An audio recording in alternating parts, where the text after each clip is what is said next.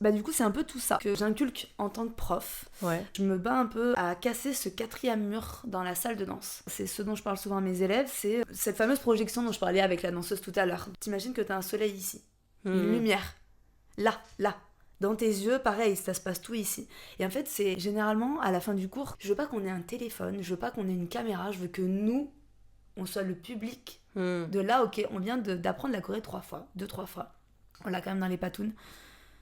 Et ben là, comment tu nous le vends ? Oui, je vous ai donné 1 milliard de détails, oui, ça je l'expliquerai certainement après de comment je procède pour créer mes chorés et comment je construis mon cours.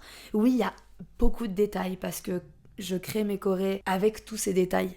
Je ne les enseigne pas tant que pour moi elles ne sont pas nettes dans mon corps et dans ma tête. Je sais exactement où est le regard, je sais où est l'isolation du mot. Je connais tout dans le moindre détail, je connais mon produit absolument par cœur parce qu'avant ça, je le répète, etc. Et du coup, c'est ce que je dis, maintenant vous prenez ce que vous pouvez. Vous n'êtes pas obligé de tout prendre. Ouais, ça reste un cours. Ça reste un cours de C'est un 1, cours. c'est pour pratiquer. Et de 2, c'est aussi pour te dire que si toi, tu prends des cours en open et tu veux te former par toi-même, c'est se dire aussi que ce que tu retrouves en cours, c'est ce que tu vas retrouver sur des jobs. C'est-à-dire qu'on va te demander une certaine précision. Oui, le regard, l'orientation de la tête.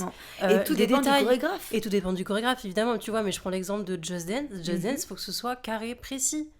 Et donc, c'est aussi des choses qu'il faut travailler de son côté, Exactement. la précision.